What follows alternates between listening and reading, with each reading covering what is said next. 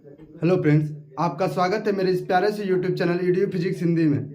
आज हम कक्षा 10 गणित प्रश्नावली 4.2 का नेक्स्ट वीडियो लेकर आए हैं, जिसमें आज प्रश्नावली 4.2 को कवर करने वाले हैं। इससे पहले 4th चैप्टर का हमने 3 वीडियो अपलोड कर दिया था, जिस पर आपका अच्छा रिस्पॉन्स मिला है।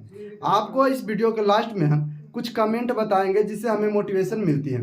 कुछ बच्चों ने कुछ कमेंट किया था, जिसे पढ़कर हमें अच्छा लगा और हम सोच रहे थे कि वीडियो को बनाना अब बंद कर दे, लेकिन फिर से बनाने की इच्छा जग गई।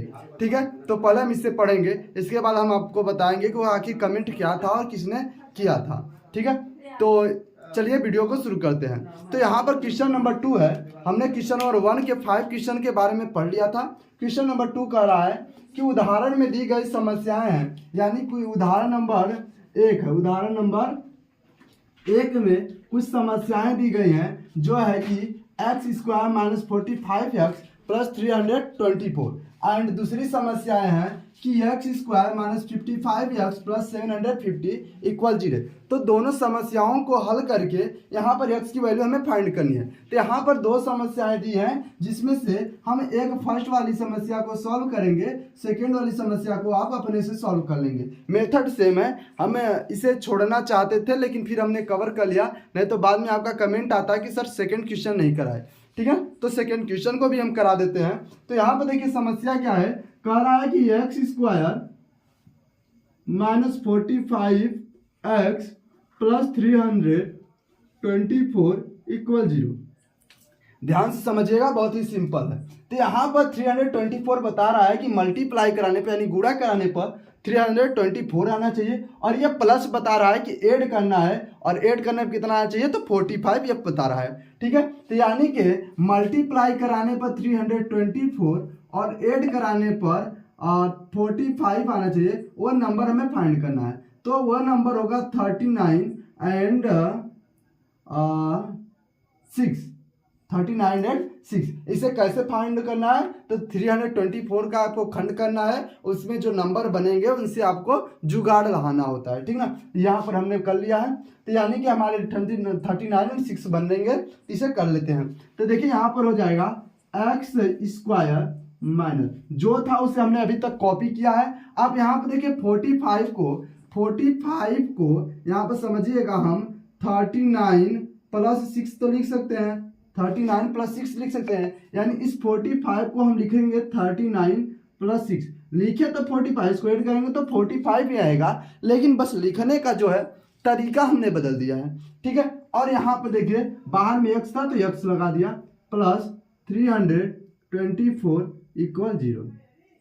तो यहाँ से देखिए हो जाएगा x² - 39x + 6x + 324 = 0। तो यहाँ से देखिए हम x को कॉमन लेंगे तो x - 39 हो जाएगा, सॉरी यहाँ पे x रहेगा, x - 39, और यहाँ से हमने +6 को कॉमन ले लिया, सॉरी माइनस के जब गुणा माइनस से प्लस से कराएंगे तो यहाँ पर माइनस आएगा। तो यहाँ पर हम -6 को जब कॉमन लेंगे तो x - 39 आएगा। ठीक ना, = 0। तो जो हमने कॉमन लिया उसे एक साथ ले लेंगे, और हमने आपको बताया है कि जो बॉक्स होते हैं, दोनों बॉक्स में आते हैं कॉमन लेने के बाद, वो बॉक्स हमेशा बराबर होते हैं, तो दोनों में से किसी एक बॉक्स को हम ले लेते हैं। x - 39 = 0। ठीक है, अब यहाँ से देखिए जब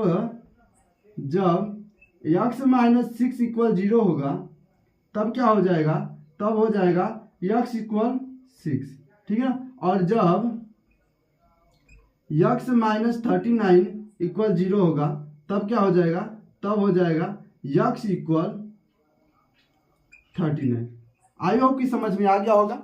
ठीक है, अब जो सेकेंड क्वेश्चन है, सेकेंड समस्या है, इसे आप अपने से कर लीजिएगा। ठीक है, ठीक है, अब क्वेश्चन नंबर 3 की ओर चलते हैं। क्वेश्चन नंबर 3 क्या है कि ऐसी दो संख्याएं ज्ञात कीजिए, ऐसी दो संख्याएं ज्ञात कीजिए। हमें दो संख्याएं ज्ञात करना है जिनका योग कितना है, 27 है, और गुणनफल कितना है, 182। ठीक है, तो यहाँ पर देखिए दो संख्याएं ज्ञात करने हैं जिनका गुणनफल जो है 182 और योग 27 है। तो इस सवाल को हम 2 मेथड से यूज करने वाले हैं। 2 मेथड हम आपको बताने वाले हैं, आपको जो मेथड अच्छा लगे उसका यूज कर लीजिएगा। ठीक है, अगर वीडियो अच्छा लगे तो वीडियो को लाइक करके हमारे चैनल को सब्सक्राइब कर दीजिएगा। ठीक है, तो चलिए करते हैं इसे। तो कह रहा है ऐसी दो संख्याएं ज्ञात कीजिए जिनका योग 27 है और गुणनफल 182 है। ठीक है, तो यहाँ पर देखिए आपको हम कुछ कॉन्सेप्ट बता रहे हैं, समझिएगा। कह रहा है कि योग 27 है, तो दो संख्याएं हैं ना, संख्याएं कितनी हैं? दो हैं। तो यहाँ पर समझिएगा दो वस्तु हम मान लेते हैं, हम हो गए और आप हो गए, और आपके पास कुछ रुपया है, आपके पास कुछ रुपए हैं और हमारे पास कुछ रुपए हैं, और कुल मिला करके यानी आपका रुपए, आपका पैसा कुछ हो गया और कुछ मेरा पैसा हो गया, मेरा, दोनों मिला करके कुल 350 रुपए मान लीजिए हैं। आपके पास कुछ रुपए हैं और हमारे पास कुछ रुपए हैं, और दोनों का मिला लिया जाए तो कुल 350 रुपए होता है। ठीक है, अब देखिए कि अगर हमारे पास मान लीजिए 50 रुपए हैं, हमारे पास 50 रुपए हैं, तो आपके पास कितने होंगे? आपके पास कितने होंगे? तो बोलेंगे सर हमारे पास तब 300 रुपीज होंगे, क्योंकि आपके पास 50 है, पूरे 350 है, तो 50 को हम क्या करेंगे? घटा देंगे, और 300 रुपये बच जाएंगे जो हमारे होंगे। ठीक है, यहाँ तक आई बात समझ में? तो उसी प्रकार से दो संख्याएं हैं जिनका योग 27 है। दो संख्याएं, मान लीजिए पहली संख्या हो गई या दूसरी संख्या हो गई, ये पहली संख्या हो गई, ये दूसरी संख्या हो गई, इसको x मान ले, इसको y मान ले, तो दूसरी संख्या दोनों का अगर योग करें तो कितना आ जाएगा? 27 है। अब हम मान लिए कि पहली संख्या जो x है, तो दूसरी संख्या क्या हो जाएगी? तो दूसरी संख्या हो जाएगी, दूसरी संख्या इन दोनों का डिफरेंस हो जाएगी कि नहीं, आप बताइए। यानी कि दो लोगों का जो टोटल अमाउंट है वह कुछ दिया है, और एक लोगों का अमाउंट पता है, तो दूसरे को निकालने के लिए पहले का अमाउंट को टोटल अमाउंट से क्या करते हैं? घटा देते हैं, सब्ट्रैक्ट कर देते हैं। तो वही काम हम यहाँ पर करने वाले हैं। चलिए, आई होप कि समझ में आ गया होगा। अब करते हैं क्वेश्चन को सॉल्व। तो यहाँ पर करेंगे क्या? मान लेंगे कि माना पहली संख्या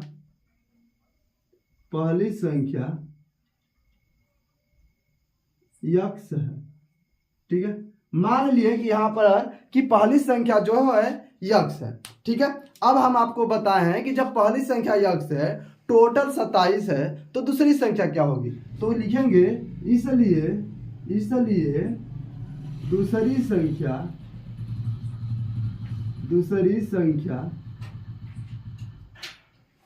संख्या क्या हो जाएगी? तो टोटल कितनी है? टोटल 27 है। टोटल कितनी है? 27 है, जिसमें से पहली संख्या x है, तो दूसरी संख्या कितनी हो जाएगी? 27 माइनस x। तो यानी कि यहाँ पर हमें पहली संख्या और दूसरी संख्या पता चल गई। जब आपको पहली संख्या और दूसरी संख्या पता है, तो यहाँ पर आपको क्या करना है कि पहली संख्या और दूसरी संख्या का गुणा कराना है, और दोनों का गुणनफल कितना है? तो 182 है। यानी कि लिखेंगे प्रश्नानुसार।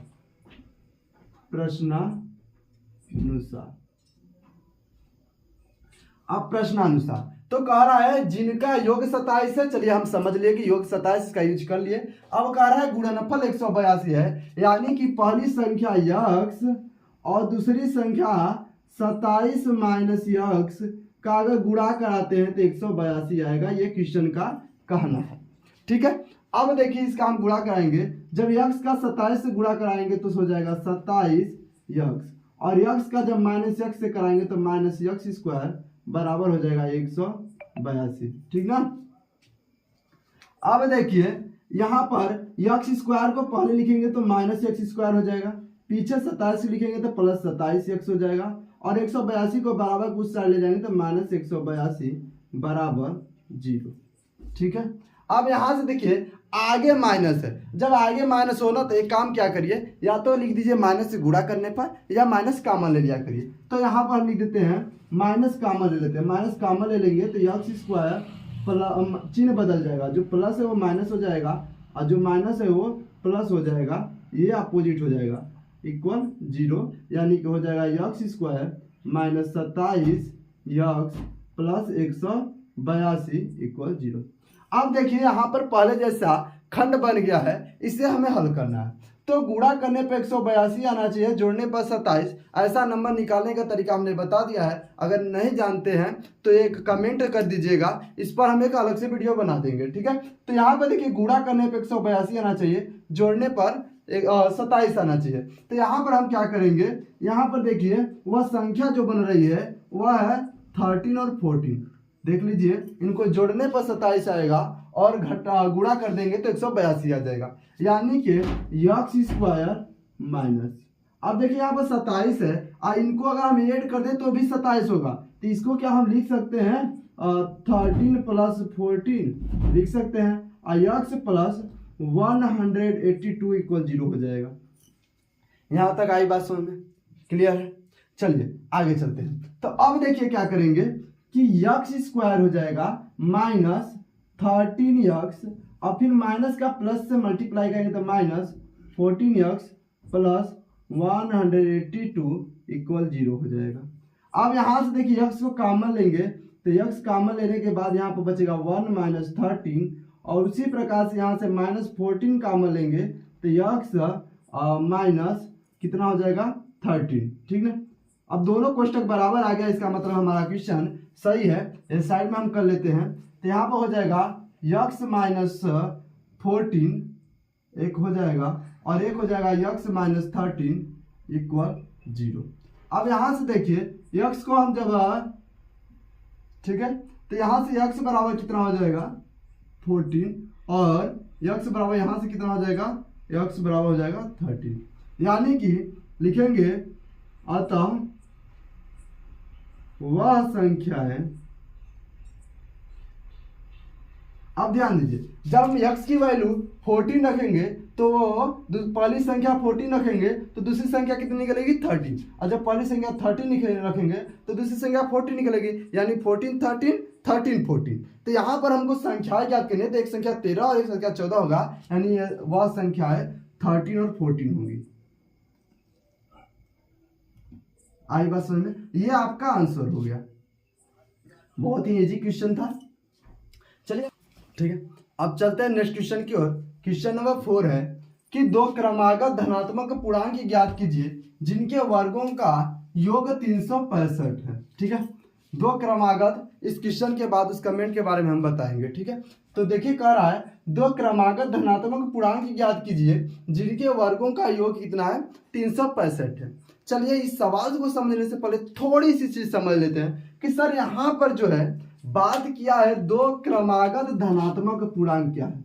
ये जो है दो क्रमागत, दो का मतलब समझ रहा सा दो होगा, लेकिन क्रमागत क्या है और धनात्मक क्या है ये भी हमें बताइए। तो देखिए क्रमागत क्या होता है। ठीक है, तो क्रमागत से पहले हम इतना जान लेते हैं धनात्मक पूर्णांक क्या होता है। तो धनात्मक पूर्णांक मतलब पॉजिटिव, यानी प्लस की वैल्यू।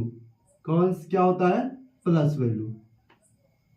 तो जो वैल्यू प्लस में होगी वह धनात्मक कहलाएगी, यानी 5 4 6 8 यह धनात्मक वैल्यू। ऋणात्मक क्या होती है? तो माइनस में जो वैल्यू होगी, यानी -2 -3 -5 ये क्या होगी? ऋणात्मक ऋणात्मक पूर्णांक कहलाएगी। ठीक है, अब बात करते हैं क्रमागत क्या होती है।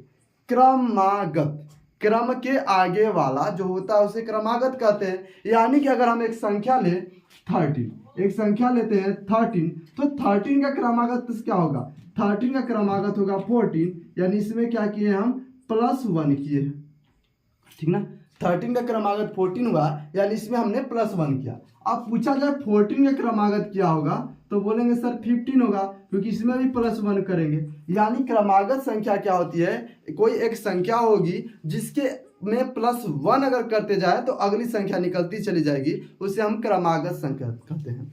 ठीक है, आई बात समझ में? अब चलिए इसे कहते हैं। तो कह रहा है दो क्रमागत धनात्मक पूर्णांक है, तो मान लेते हैं कि माना पहली क्रमागत धनात्मक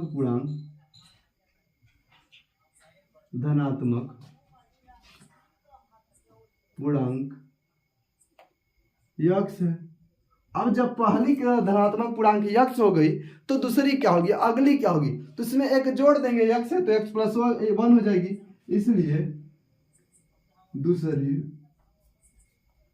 क्या हो जाएगी? दूसरी क्रमागत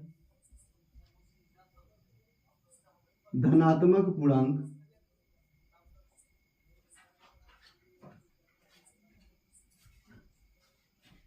अब देखिए पहली क्रमागत पूर्णांक कितनी थी, यक्स थी, तो दूसरी क्रमागत पूर्णांक क्या हो जाएगी, यक्स प्लस 1 होगी।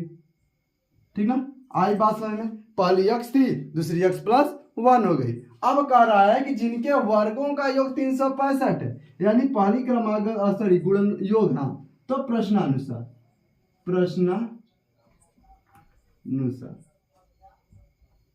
करा जिनके वर्गों का योग, यानी पहली क्रमागत संख्या यक्स हो गई, इसका वर्ग और दूसरी क्रमागत संख्या जो हो गई यक्स प्लस 1, इन दोनों का अगर वर्ग को हम जोड़ दे तो कितना हो जाता है, 365। ये क्वेश्चन कर रहा है। ठीक है, यहां तक उम्मीद करते हैं सबको समझ में आ गया होगा।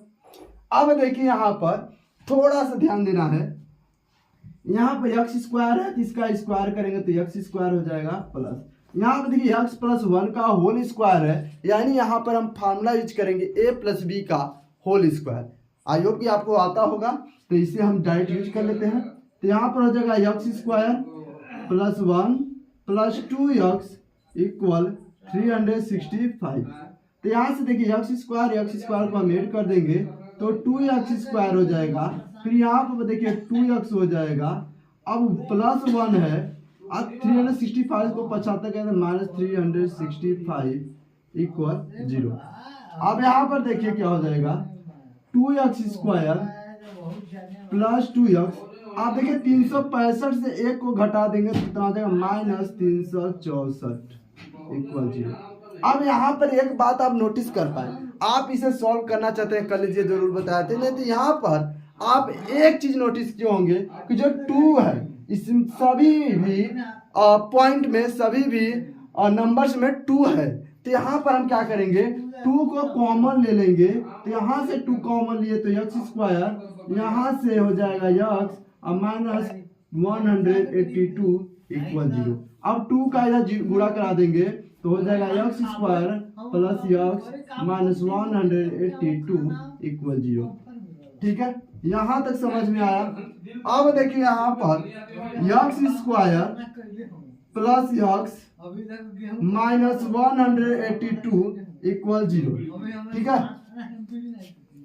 अब यहाँ पर देखिए ये जो हो गया, अब यहाँ पर क्या करने वाले हैं, ये जो क्वेश्चन है पहले जैसा हो गया, जो पहला क्वेश्चन था इसके जस्ट पहले तीसरा क्वेश्चन किए हैं, सेम टू सेम हो गया। तो यहाँ पर वही खंड बन जाएगा कि मल्टीप्लाई कराने पर 182 आना चाहिए, लेकिन यहाँ पर सब्ट्रैक्ट कराने पर 1 आना चाहिए। तो फिर से वही नंबर यक्स स्क्वायर प्लस, अब देखिए 14 से अगर 13 को सब्ट्रैक्ट करते हैं तो 1 बचेगा, और यहाँ पर यक्स माइनस 182 इक्वल 0। अब यहाँ पर देखिए हम क्या करने वाले हैं, तो यहाँ पर यक्स स्क्वायर प्लस यक्स की मल्टीप्लाई 14 से कराएंगे तो यहाँ पर हो जाएगा 14x minus 13x minus 182 equal 0। ठीक है, अब यहाँ से देखिए हम x की कॉमन लेंगे तो x प्लस 14 हो जाएगा, सॉरी हाँ x प्लस 14 हो जाएगा, सही था। यहाँ से माइनस 13 कॉमन लेंगे तो यहाँ पर x प्लस 14 हो जाएगा। तो यहाँ पर देखिए x माइनस 13 इक्वल 0 और x प्लस 14 इक्वल 0 हो जाएगा। तो देखिए यहाँ से x की वैल्यू जो निकल जाएगी, इसमें जो हल करेंगे आप जब तब लिख लीजिएगा, तो x इक्वल हो जाएगा 13, और जब इसे हल करेंगे तो x इक्वल हो जाएगा माइनस 14। लेकिन यहाँ पर करा धनात्मक पूर्णांक, यानी हमें प्लस वैल्यू लेनी है, माइनस वाली वैल्यू को छोड़ देनी है, तो लिखेंगे चूंकि सॉरी लिखेंगे चूंकि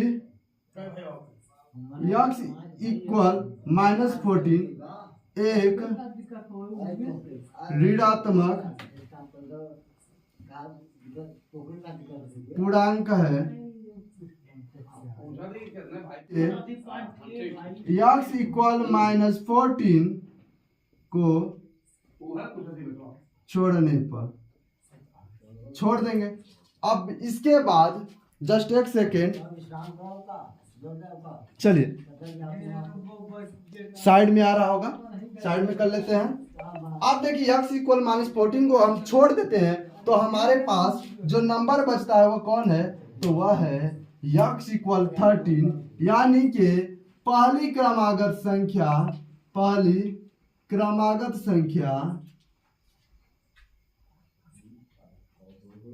कितनी हो जाएगी 13। और जब पहली क्रमागत संख्या 13 हो गई तो दूसरी क्रमागत संख्या क्या हो जाएगी, दूसरी क्रमागत संख्या हो जाएगी अब 13 + 1 यानी 14। यहाँ पर हमने थोड़ा सा शॉर्ट किया है, लेकिन ये आपको लिखना जरूरी होता है। अगर आप ये नहीं लिखते हैं तो यहाँ पर देखिए x की वैल्यू -40 आई है, लेकिन हमें धनात्मक बात कर रहा था, अब इसको देख करके -14 लिख देंगे और यहाँ पर आप की गलती हो जाएगी। ठीक है, आई होप कि वीडियो अच्छा लगा होगा। वीडियो अगर अच्छा लगा हो तो चैनल को सब्सक्राइब कर दीजिएगा। ठीक है, अब देखिए यहाँ पर हम आपको बताने वाले थे कि एक कमेंट आया था हमारे पास, कोई फैक्ट नाम का कोई आईडी था। अब ये कौन थे, फैक्ट 2.0, ठीक ना। उन्होंने कमेंट किया था कि सर आपका एक्सप्लेनेशन जो है PW के टीचर से भी बेटर है। ये कमेंट हमें बहुत ही सुकून दिया, क्योंकि हम लोगों के लिए मोटिवेशन क्या है, हम लोगों के लिए मोटिवेशन यही है कि आप लोग हमारे वीडियो को देखकर उस पर कमेंट करिए, अच्छा सा लाइक करिए और सब्सक्राइब करिए। यही हमें चाहिए आपसे हम कोई पैसे नहीं मांग रहे हैं, ठीक ना। तीनों ने कमेंट किया था कि आपने जो एक्सप्लेनेशन दिया है वो PW के टीचर से कहीं ज़्यादा बेटर है। ठीक है, तो चलते हैं अब क्वेश्चन नंबर 5 की ओर। ठीक है, अब क्वेश्चन नंबर 5 की ओर चलते हैं। क्वेश्चन नंबर 5 है, एक समकोण त्रिभुज की ऊंचाई, एक समकोण त्रिभुज की ऊंचाई आधार से 7 सेमी कम है, यदि कर्ण 13 सेमी हो तो अन्य दो भुजाएं ज्ञात कीजिए। ठीक है, तो यहाँ पर देखिए क्या किया है, एक समकोण त्रिभुज है।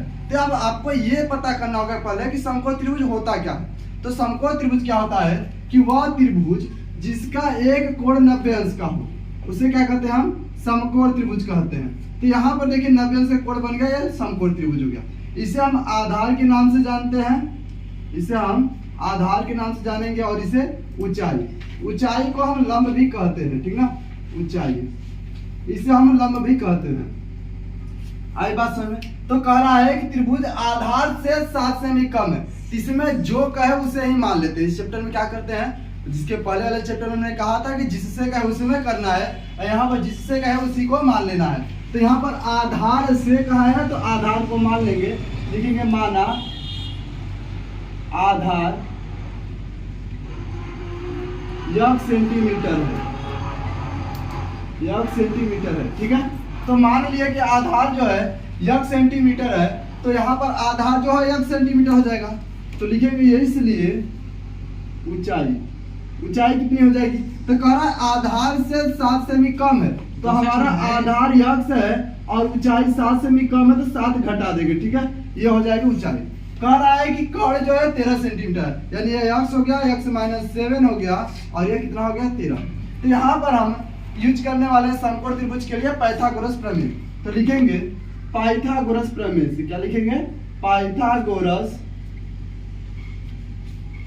प्रमेय से। तो पाइथागोरस प्रमेय क्या कहता है कि बड़ी भुजा, अगर इसका नामकरण करें ABC, तो बड़ी भुजा का स्क्वायर यानी AC का स्क्वायर बराबर दोनों छोटी भुजाओं का स्क्वायर का योग, यानी AB का स्क्वायर प्लस BC का स्क्वायर। ठीक है, AC 13 है, यहाँ पर 13 हो जाएगा, 13 का स्क्वायर बराबर AB का मान कितना है, यक्स है, AB का मान कितना है, यहाँ पर यक्स है, तो यहाँ पर हो जाएगा यक्स का स्क्वायर और प्लस BC का मान x -7 है, तो x -7 का स्क्वायर। तो देखिए 13 का जब स्क्वायर करेंगे तो 169 हो जाएगा, इक्वल यक्स का स्क्वायर करेंगे यक्स स्क्वायर और प्लस, देखिए यहाँ पर a - b का होल स्क्वायर लगाएंगे, तो यहाँ पर हो जाएगा x square plus 49 minus 14 x. ठीक है, अब इसे हम पश्चांतर कर लेंगे, तो देखिए 0 हो जाएगा, यक्स स्क्वायर जुड़ जाएगा 2x स्क्वायर, और यहाँ देखिए इसको पहले लिखे हैं तो -14x प्लस 49, अब 169 इधर लाएंगे तो -169। ठीक है, तो यहाँ से देखिए सही क्रम में हम एक बार लिख लेते हैं, 2x स्क्वायर और -14x और -120। यहाँ से देखिए हम 2 को कॉमन लेंगे, तो यहाँ पर हो जाएगा x स्क्वायर -7x -60 इक्वल 0। ठीक है, यहाँ पे 0 छूट गया था। अब देखिए यहाँ पे बन जाएगा x स्क्वायर माइनस, क्या हो जाएगा, तो अब हो जाएगा x स्क्वायर -7x -60 इक्वल 0। तो यहाँ पर हमें ऐसा नंबर सर्च करना है जिसका मल्टीप्लाई कराने पर 60 और सब्ट्रैक्ट करने पर 7 है। तो नंबर है 12 और 5। ठीक है, तो यहाँ पर देखिए हो जाएगा एक्स स्क्वायर माइनस, अब 7 को 12 माइनस 5 लिख सकते हैं और एक्स माइनस 16 इक्वल 0। तो यहाँ से देखिए हो जाएगा x square minus 12x plus 5x minus 16 equal 0। तो यहाँ से एक्स कॉमन लेंगे तो यहाँ पर बन जाएगा एक्स माइनस 12, यहाँ से प्लस 5 कॉमन लेंगे तो एक्स माइनस 12। ठीक है, तो यहाँ से हो जाएगा एक्स प्लस 5 और एक्स माइनस 12। यहाँ पर साइड में कर लेते हैं, तो यहाँ पर देखिए क्या हो जाएगा, यहाँ पर x की वैल्यू कितनी आ जाएगी, तो x की वैल्यू यहाँ से देखिए इसको जब सॉल्व करेंगे तो -5 आएगी और जब इसको सॉल्व करेंगे तो x की वैल्यू आ जाएगी 12। अब आप क्या बताइए कि आपके मकान की जो ऊंचाई है माइनस में है, तो ऊंचाई और लंबाई कभी माइनस में नहीं हो सकती, इसलिए लिखेंगे क्या, चूंकि लंबाई ऋणात्मक नहीं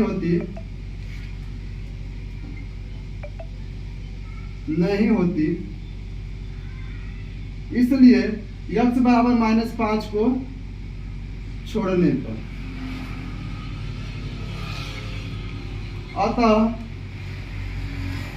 अतः त्रिभुज की आधार अब देखिए x जो है आधार है, तो त्रिभुज की आधार 12 सेंटीमीटर और ऊंचाई 7 सेंटीमीटर कम है, यानी 12 माइनस 7 इक्वल 5 सेंटीमीटर होगी। ठीक है, ये रहा आपका आंसर। ठीक है, अब चलते हैं क्वेश्चन नंबर 6 की ओर। अब क्वेश्चन नंबर 6 जो है आज का लास्ट क्वेश्चन है।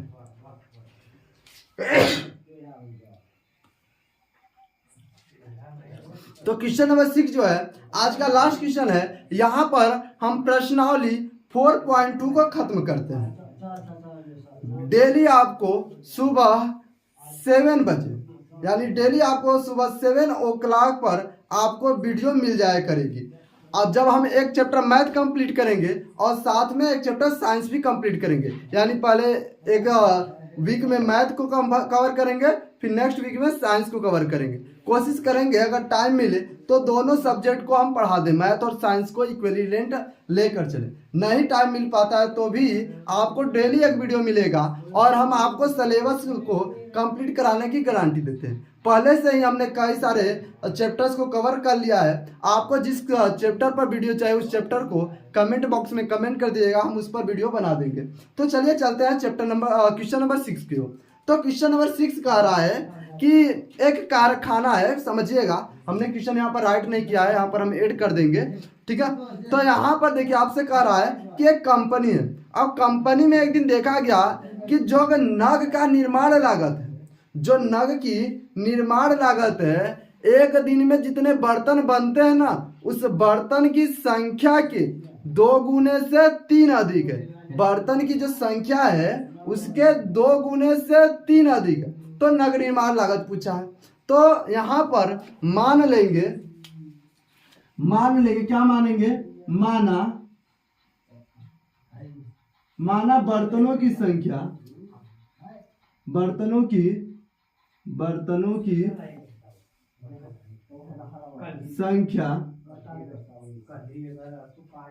यक्स है। संख्या क्या है, यक्स है। यानी मान लिए कि उस कारखाने में यानी कंपनी में कितने बर्तन बनाए जाते हैं, तो यक्स बर्तन बनाए जाते हैं। तो एक नग का निर्माण लागत क्या है, यानी लिखेंगे इसलिए एक नग का निर्माण लागत।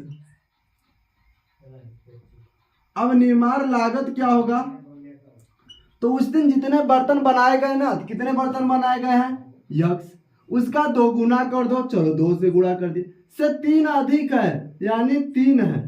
ठीक ना, तो बताइए कि निर्माण लागत कितनी है, बर्तनों की संख्या कितनी है।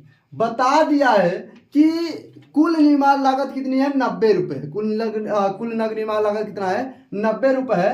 तो बताइए कि एक बर्तन का निर्माण लागत कितना था और कितने बर्तन बने थे। ठीक ना, तो यहाँ पर देखिए प्रश्नानुसार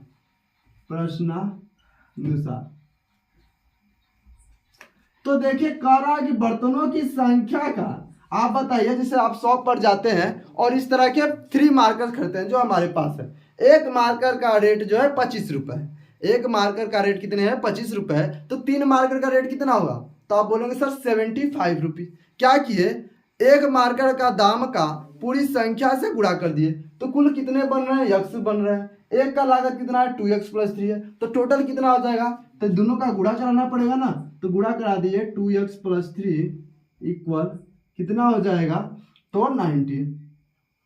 चलिए तो यहाँ पे देखिए 2x² प्लस, ठीक ना, 3x इक्वल कितना हो जाएगा 90। तो यहाँ से देखिए 2x² plus 3x minus 90 equal 0। अब देखिए 90 का जब 2 से मल्टीप्लाई कराएंगे तो 180 आएगा।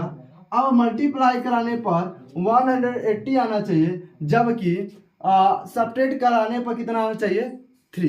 तो 12 का 15 से मल्टीप्लाई करा करके हम चेक कर लेते हैं, हमें भी कंफर्म नहीं है लेकिन एक बार चेक कर लेते हैं 12 का 15 से। तो यहाँ पर सब्ट्रैक्ट करने पर तो 3 तो आ जाएगा, लेकिन मल्टीप्लाई कराने पर कितना आ जाएगा, 130 180 आ जाएंगे, ठीक है। तो यहाँ पर 15 और 12 बने, तो यहाँ पर देखिए 2x² प्लस 3 को लिख सकते हैं 15 माइनस 12 x माइनस 90 इक्वल 0, ठीक है। इसे हम इरेज कर देते हैं। अब देखिए यहाँ पर हो जाएगा 2x² plus 15x minus 12x minus 90 equal 0, ठीक है। अब यहाँ पर देखिए हम कॉमन लेंगे x को, तो यहाँ से 2x प्लस 15 हो जाएगा, और यहाँ से -12 को कॉमन लेंगे तो -6 को कॉमन लेना पड़ेगा, हमें 6 कॉमन लेंगे तो 2x प्लस 15 इक्वल 0। तो यहाँ से हो जाएगा x माइनस 6 और फिर से 2x प्लस 15 इक्वल 0, ठीक है। अब देखिए तो यहाँ से x की वैल्यू आ जाएगी 6 और 2 यहाँ से x वैल्यू आ जाएगी -15/2। थोड़ा सा हम शॉर्टकट कर रहे हैं क्योंकि हमारे पास टाइम बहुत कम है, ठीक है।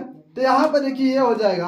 अब आपको हम फिर से बताइए, क्या लागत, क्या रुपया जो है किसी सामान का जो दाम है माइनस में हो सकता है, नहीं हो सकता है, यानी कि इसको हम छोड़ देंगे तो लिखेंगे अतः बर्तनों की संख्या, अतः बर्तनों की संख्या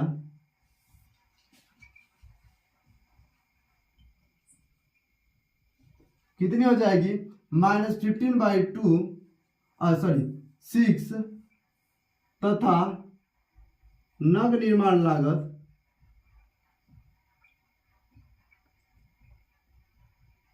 कितना हो जाएगा, तो देखिए 2x + 3, तो 2 × 6 + 3, तो 6 × 12 + 3 यानी कि 15 रुपीज होगी।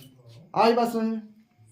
आई होप कि वीडियो अच्छा लगा होगा। वीडियो अच्छा लगा हो तो वीडियो को लाइक करके हमारे चैनल को सब्सक्राइब कर दीजिएगा और अपने दोस्तों तक शेयर कर दीजिएगा, ठीक है।